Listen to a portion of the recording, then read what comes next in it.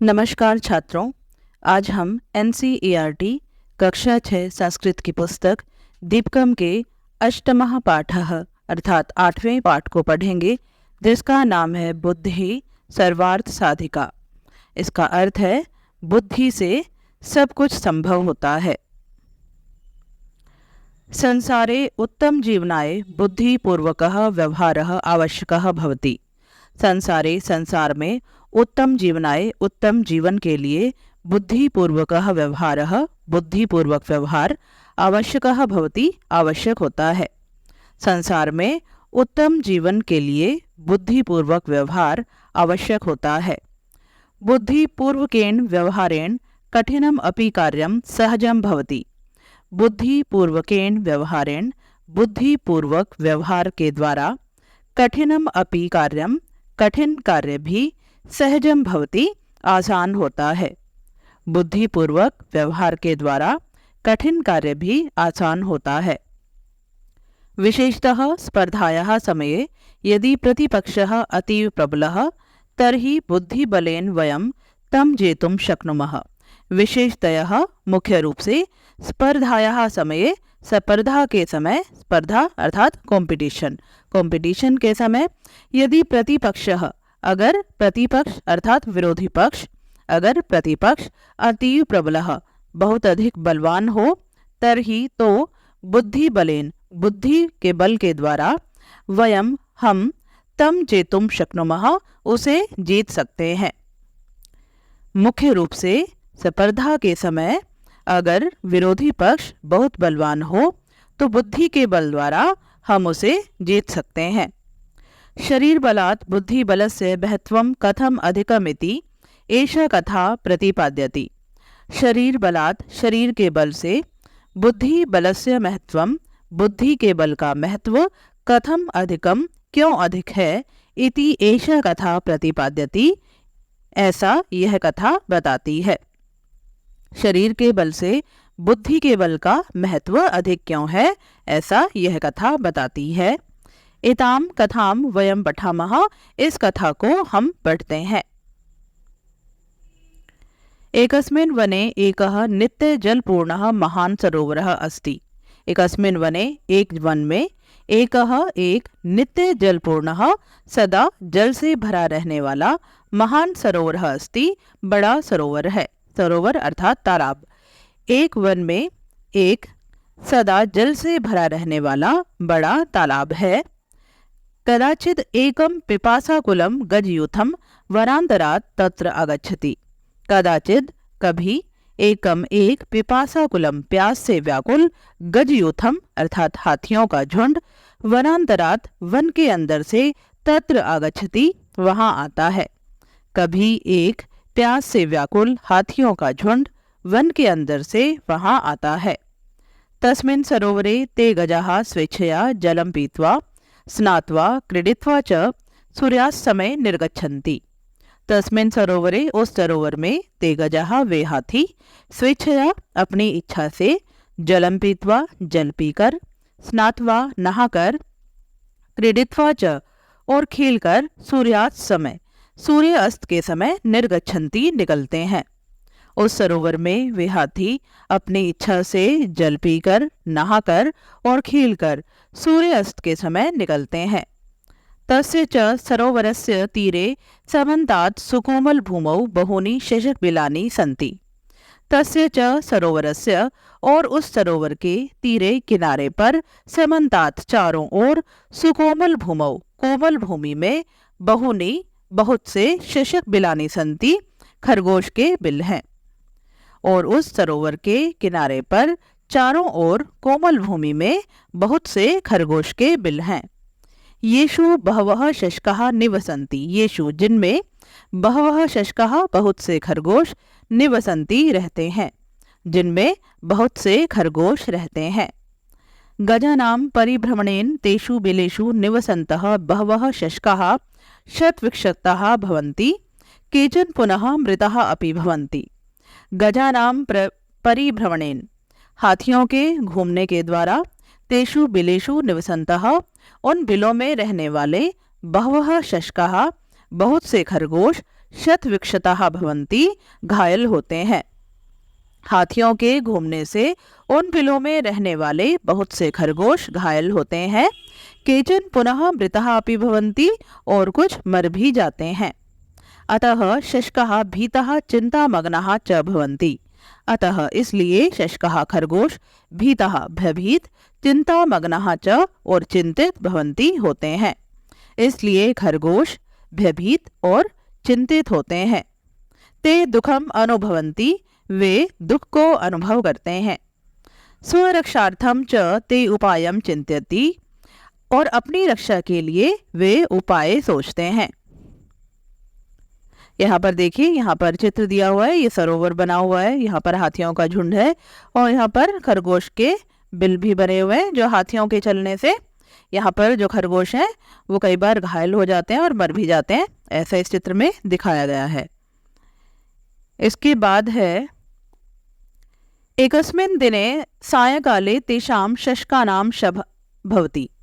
एकस्मिन् दिने एक दिन, सायंकाले शाम के समय, तेषां शशकानां उन खरगोशों की सभा भवति सभा होती है। एक दिन शाम के समय उन खरगोशों की सभा होती है। सर्वे शशकाः स्वमतं प्रकाशयन्ति। सर्वे शशकाः सभी खरगोश स्वमतं अपने मत को प्रकाशयन्ति प्रकट करते हैं। सभी खरगोश अपने मत को प्रकट करते हैं। परम ते समाधानम न प्राप्नुवन्ति। परम ते लेकिन वे समाधानम समाधान न प्राप्नुवन्ति नहीं प्राप्त करते हैं। लेकिन वे समाधान प्राप्त नहीं करते हैं। अन्ते शशक राजा वदति। अंत में शशकराज अर्थात खरगोश का राजा, अंत में खरगोश का राजा वदति कहता है, अहमेव उपायम चिंतयामि। अहमेव मैं ही, उपायम उपाय, चिंतयामि सोचता हूँ। अंत में खरगोश का राजा कहता है, मैं ही उपाय सोचता हूँ। अधुना वयम सर्वे स्वगृहम गच्छामः। अधुना का अर्थ है अब या इस समय, वयम हम सभी, स्वगृहम गच्छामः अपने घर जाते हैं। इस समय हम सभी अपने घर जाते हैं। अन्यस्मिन् दिवसे रात्रौ सः शशकराजः युथाधिपस्य गजराजस्य समीपम गच्छति।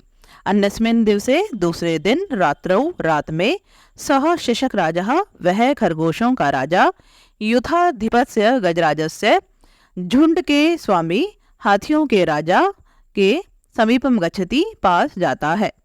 दूसरे दिन रात में वह खरगोश का राजा झुंड के स्वामी हाथियों के राजा के पास जाता है। सह गजराजम कथयति। वह गजराज को कहता है, हे गजराज, एषः सरोवरः चंद्रस्य वासस्थानम अस्ति। एषः सरोवरः यह तालाब चंद्रस्य चंद्रमा का वासस्थानम अर्थात निवास स्थान अस्ति है। वह हाथियों के राजा को कहता है, हे गजराज, यह सरोवर चंद्रमा का निवास स्थान है। वयम शशकाः तस्य प्रजाः स्मः। वयम शशकाः हम खरगोश, तस्य प्रजाः स्मः उसकी प्रजा हैं। अतः एव सः शशांक इति नामना प्रसिद्धः। अतः एव इसलिए ही सह वह शशांक इति नामना प्रसिद्धः शशांक नाम से प्रसिद्ध है। इसलिए वह शशांक नाम से प्रसिद्ध है। खरगोश बताता है कि हम शशक हैं, हम उसकी प्रजा हैं, इसलिए चंद्रमा का नाम शशांक है। यदा शशकाः जीवन्ति तदा एव चंद्रः प्रसन्नः भवति। यदा शशकाः जीवन्ति जब खरगोश जीवित रहते हैं, तदा एव तब ही चंद्रः प्रसन्नः भवति चंद्रमा प्रसन्न होता है। जब खरगोश जीवित रहते हैं तब ही चंद्रमा प्रसन्न होता है। गजराजः पृच्छति। हाथियों का राजा पूछता है, कथम अहम विश्वासम करोमि। मैं कैसे विश्वास करूं। किम सत्यमेव चंद्रः सरोवरे तिष्ठति। किम क्या सत्यमेव सच में ही चंद्रमा सरोवरे तिष्ठति तालाब में रहता है। क्या सच में ही चंद्रमा तालाब में रहता है। यदि सरोवरः चंद्रदेवस्य वासस्थानं तर्हि तत् प्रदर्शयतु। यदि सरोवरः अगर तालाब चंद्रदेवस्य वासस्थानं चंद्रदेव का निवास स्थान है, तर्हि तत् प्रदर्शयतु तो वह दिखाओ। शशकः कथयति खरगोश कहता है, आम हाँ, चंद्रस्य दर्शनाय चंद्रमा के दर्शन के लिए आवाम हम दोनों अधुना एव इस समय ही सरोवरम प्रति चला वह तालाब की ओर चलते हैं। खरगोश कहता है, हाँ, चंद्रमा के दर्शन के लिए हम दोनों इस समय ही सरोवर की ओर चलते हैं। गजराजः शशकराजेन सह सरोवरस्य समीपम गच्छति। हाथियों का राजा खरगोश के राजा के साथ सरोवरस्य समीपम सरोवर के पास गच्छति जाता है। हाथियों का राजा खरगोश के राजा के साथ तालाब के पास जाता है। सह जले चंद्रस्य प्रतिबिंबम पश्यति। सह जले वह जल में चंद्रस्य चंद्रमा की प्रतिबिंबम पश्यति परछाई को देखता है। चकितः च भवति और हैरान होता है। वह जल में चंद्रमा की परछाई को देखता है और हैरान होता है। सह भयेन चंद्रम नमति। वह डर से चंद्रमा को नमस्कार करता है। ततः सह गजयूथेन सह अन्यत्र गच्छति। ततः उसके बाद सह वह गजयूथेन सह हाथियों के झुंड के साथ अन्यत्र दूसरी जगह गच्छति जाता है। उसके बाद वह हाथियों के झुंड के साथ दूसरी जगह जाता है। सह गजयूथः पुनः कदापि तस्य सरोवरस्य समीपम न आगच्छति। सह गजयूथः वह हाथियों का झुंड पुनः कदापि फिर कभी भी तस्य सरोवरस्य समीपम उस सरोवर के पास न आगच्छति नहीं आता है। वह हाथियों का झुंड फिर कभी भी उस सरोवर के पास नहीं आता है। शशकः तत्र सुखेन तिष्ठन्ति। शशकः खरगोश तत्र वहाँ सुखेन तिष्ठन्ति सुख से रहते हैं। खरगोश वहाँ सुख से रहते हैं। सत्यम एव उक्तम। सत्य ही कहा गया है। बुद्धि सर्वार्थ साधिका। बुद्धि से सब कुछ संभव होता है।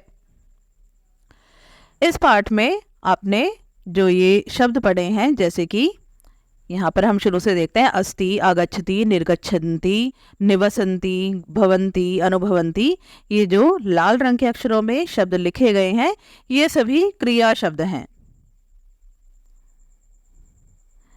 इसके बाद यहाँ हम पढ़ते हैं वयम शब्दार्थान जानीमः।